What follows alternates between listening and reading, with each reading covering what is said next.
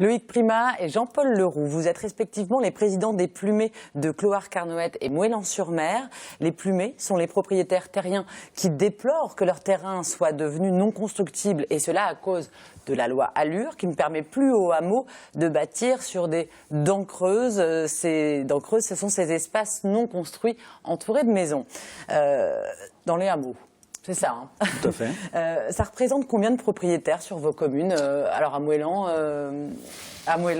Jean-Paul Leroux, ça commence. Combien de propriétaires concernés? Alors d'après les chiffres qui ont été cités par le maire actuel de la commune, c'est environ 700 familles. 700 familles, juste pour Moëlan-sur-Mer et Clohars-Carnoët, Loïc. Je dirais qu'en ce qui concerne les dents creuses, on peut estimer le nombre de propriétaires touchés à une centaine. Mais uniquement en ce qui concerne les dents creuses. Parce que certains terrains qui étaient auparavant constructibles dans le POS s'est retrouvé non constructible dans le PLU. Donc le plan d'occupation des sols et le plan local d'urbanisme. Tout à fait. Et c'est d'ailleurs pour cette raison que nous avons quelques griefs contre cette fameuse loi Allure, ainsi que contre la loi Littoral. Parce qu'en fait, même si nous partageons le premier objectif de la loi Allure, qui est de... La protection du paysage, pour la loi Littoral en tous les cas. En ce qui concerne la loi Allure, la loi Allure souhaite limiter l'étalement urbain. Nous partageons ce point de vue-là parce qu'il est peut-être temps aussi d'arrêter de consommer les terres agricoles comme on l'a fait par les décennies passées. Par contre, il y a des dictates que nous ne pouvons accepter parce que cette loi Allure dit également qu'elle ne veut pas d'urbanisation diffuse.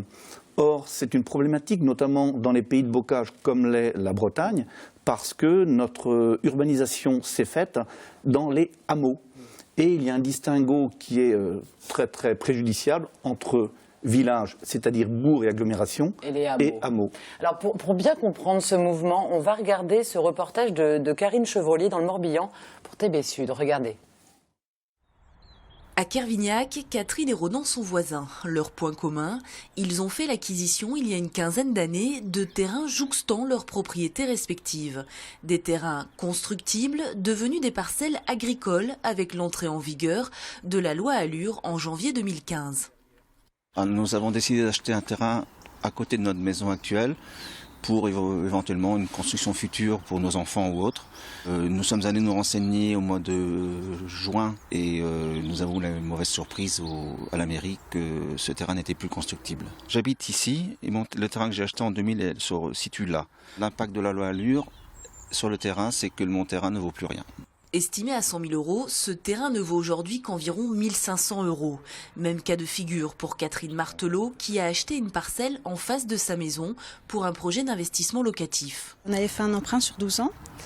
Et donc là, on avait fini de le rembourser. C'est pour ça qu'on voulait réaliser ce projet. Oui, c'était en prévision de la retraite. Donc ce sont toutes les économies qui se sont envolées, quoi. Face à cette situation, un vent de contestation souffle sur la Bretagne avec la naissance d'une association, les Plumets, un mouvement lancé dans le Finistère. Ils demandent un assouplissement de cette loi destinée à lutter contre l'urbanisation massive et à protéger les terrains agricoles. Notre but à nous, c'est que tous les terrains constructibles dans les POS, plans d'occupation des sols, le restent dans les PLU, plans local d'urbanisme. On est d'accord avec la loi Littoral et les lois Allure pour arrêter de manger de la terre agricole. Mais quand on parle d'extension d'urbanisation, j'aimerais bien qu'on parle effectivement d'extension et qu'on laisse à l'intérieur des zones constructibles ces terrains qui le sont aujourd'hui. À ce jour, les responsables de l'association estiment que plusieurs milliers de propriétaires seraient touchés par l'application de la loi Allure en Bretagne. Beaucoup d'entre eux ne seraient même pas au courant de la dévaluation subie. Alors on le voit, le profil des propriétaires, c'est pas des grands propriétaires terriens. Comment vous définiriez des gens plutôt modestes, Jean-Paul Leroux? Oui, beaucoup sont des gens tout à fait modestes. Nous, on a des contacts avec des gens qui font partie de notre association, qui sont essentiellement des gens très peu argentés, quoi. Alors, vous souhaitez donc un assouplissement de la loi Allure. Est-ce que vous pouvez préciser un petit peu exactement vos revendications, Loïc Prima? Oui, tout à fait. Donc, comme on le disait tout à l'heure, nous souhaitons que cette constructibilité des hameaux soit retrouvée, parce qu'en fait, nous souhaiterions qu'il y ait une possibilité de densification d'urbanisation. C'est-à-dire que si on ne souhaite plus consommer, ou du moins de terres agricoles, il faudrait peut-être penser à densifier l'urbanisation existante. Le problème des dents creuses en est une, mais il y a aussi des parcelles qui ont été construites par le passé de dimensions importantes. Il y a des propriétaires qui ont des parcelles de 2000, voire 3000 mètres carrés. Pourquoi ne pas permettre la densification d'urbanisation dans ces parcelles? Ce qui ferait qu'on ne consommerait pas de terres agricoles, mais par contre, on permettrait à des jeunes couples de venir s'installer chez nous. Alors on le voit, plusieurs centaines de personnes concernées. Est-ce que vous êtes soutenu par les élus locaux sur vos communes, en tous les cas? Oui, sur nos communes, nous sommes soutenus par les élus locaux, mais d'une manière plus générale, on voit bien qu'aujourd'hui que un nombre grandissant d'élus locaux s'engagent à nos côtés et reprennent d'ailleurs nos arguments, et on trouve ça très très bien. Parce qu'en ce qui nous concerne, il ne s'agit pas d'opposer, mais d'unir tout ce qui peut, de rassembler tous les gens. Du côté des députés finistériens, le soutien est un peu mitigé. Alors Gilbert Lebris, qui s'occupe de votre circonscription, vous soutient au cas par cas. En fait, il a voté la loi Allure, idem pour Annick Leloc, député dans le pays bigoudin. Qu'est-ce que vous pensez, vous, de régler les dossiers au cas par cas? Est-ce que ça vous paraît possible ou un peu trop tard? Eh bien, j'apprends que M. Lebris partage ce point de vue-là, et je le partage avec lui. Parce qu'en fait, les PLU, la loi Allure a été édictée au niveau national, mais il faut se préoccuper de la typologie. Donc chaque propriétaire avoir propriétaire par propriétaire, en fait. Tout à fait. C'est au niveau local, au niveau communal, qu'il faut créer donc une institution avec des gens de la société civile et des élus pour pouvoir justement discuter des zones qui pourraient être densifiées au niveau de l'urbanisation et d'autres zones qui doivent être préservées, notamment au niveau paysager. Alors vous évoquez aussi les plumets des indemnisations.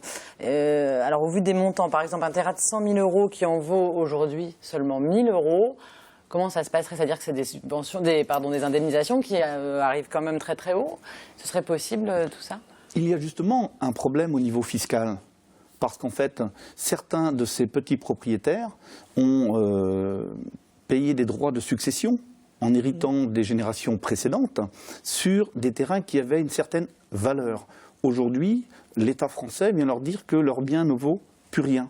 Est-ce que l'État français va rembourser ces droits qu'ont payés ces personnes-là sur un bien qui ne vaut plus rien du tout? Ainsi, il en est de même pour les impôts fonciers. Et ce qui est dommageable, à mon sens, c'est qu'en fait, cette loi Allure appauvrit le pays. Pourquoi? Parce que la France avait un certain capital immobilier qu'elle a perdu aujourd'hui. Si ces gens, qui sont en fait des gens modestes, réalisaient ces opérations, ils pourraient réinjecter cet argent dans l'économie. Or, cet argent, on l'a perdu par la loi Allure. Il y a encore beaucoup de propriétaires plumés qui s'ignorent encore.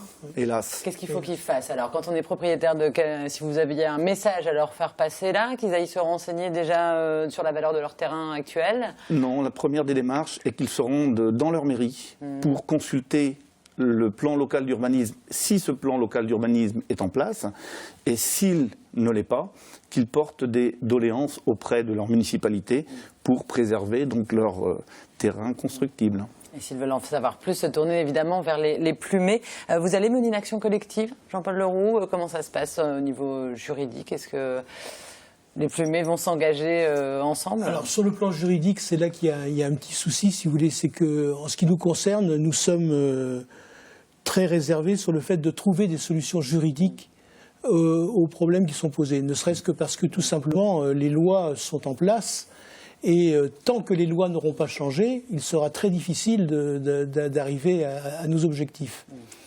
Et donc tous les discours qui sont tenus par les avocats qui cherchent simplement à se placer pour faire du business, eh bien nous, ça nous révulse un petit peu. Vous êtes plutôt là pour attirer l'attention sur ce problème et pas pour... Voilà, et nous, ce qu'on souhaiterait, c'est obtenir une modification des textes. Juste avant de se quitter, parce qu'on n'a plus beaucoup de temps, vous êtes concernés tous les deux? par le problème. Je suis très heureux de vous dire que je ne suis pas concerné par ce problème, mais si j'ai créé donc cette association dans ma commune, c'est pour mener un acte citoyen auprès des personnes qui ne se sentent pas aptes, seules, dans leur coin, à mener cette démarche. Solidaire. Et Jean-Paul Leroux? Alors, en ce qui me concerne, je suis concerné au moins en partie.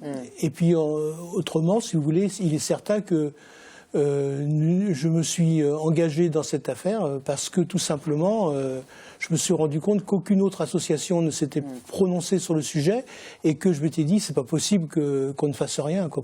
Il faut absolument que les gens soient défendus par un bout ou par un autre, par un système ou par un autre. Ils connaissent tout simplement le problème puisque beaucoup l'ignorent. Voilà. Et pour vous dire un Le mot de dernier la mot, fin. si vous permettez, aujourd'hui, ce qui nous fait plaisir, vous le disiez tout à l'heure en début de reportage, un grand nombre de parlementaires locaux, députés, sénateurs, d'élus locaux, des maires également, prennent les mêmes arguments que les nôtres. Ça nous réconforte et ça nous donne envie d'aller de l'avant. Bon, ça va dans le bon sens. Merci beaucoup en tous les cas Loïc Prima et Jean-Paul Leroux d'avoir été avec nous.